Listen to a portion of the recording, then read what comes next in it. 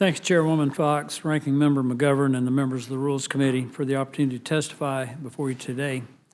I'm pleased to speak in support of three pieces of legislation: H.R. 6409, the Fences Act; H.R. 6398, the Red Tape Act; H.R. 6387, the Fire Act. All three bills are important part of Energy and Commerce's permitting reform efforts.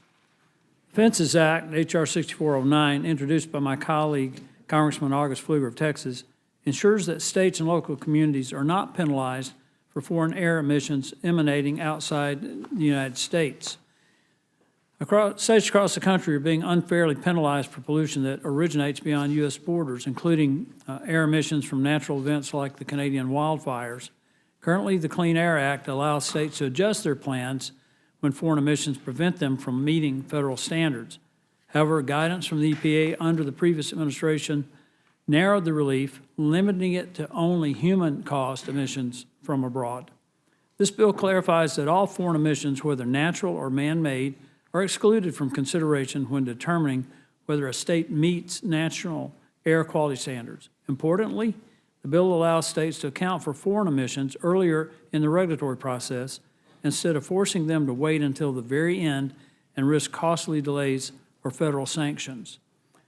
The Red Tape Act, H.R. 6398, introduced by my friend Congressman John Joyce of Pennsylvania, eliminates the duplicative requirement in the Clean Air Act that requires EPA to assess and provide feedback on environmental impact statements other agencies prepare under NEPA. An action agency preparing an environmental impact statement under NEPA already possesses the expertise and resources necessary to assess the environmental impacts. EPA is often already involved in the NEPA review process as a cooperating agency. Requiring them to provide secondary review under Section 309 is unnecessary, duplicative, and inefficient. This duplicative review leads to increased delays and expenses in the NEPA process. This legislation is an important step to streamline permitting, and it removes burdensome inefficiencies in the current NEPA process. The Fire Act, H.R. 6387, introduced by Congressman Gabe Evans of Colorado and co-led by Congressman Adam Gray of California, amends the Clean Air Act to ensure that states are not penalized for wildfire mitigation measures, like prescribed burns and brush clearing.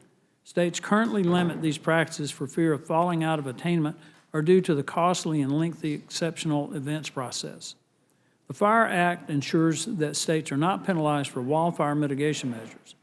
It provides clarity and predictability for air quality planning, reduces unnecessary regulatory burdens on manufacturers and communities, and rewards proactive wildfire mitigation measures. Prescribed burns or controlled burns are the most effective way to decrease both the severity of wildfires and the public health problems associated with the smoke they produce. These bills are an essential component of the committee's permitting reform efforts. The Clean Air Act is overdue for an update. Outdated provisions are holding back American manufacturing. These three bills deliver permitting reform to remove those barriers, boost domestic production, unleash American energy, and lower costs for hardworking Americans. I urge all of my colleagues to join me in supporting H.R. 6409, H.R. 6398, and H.R. 6387.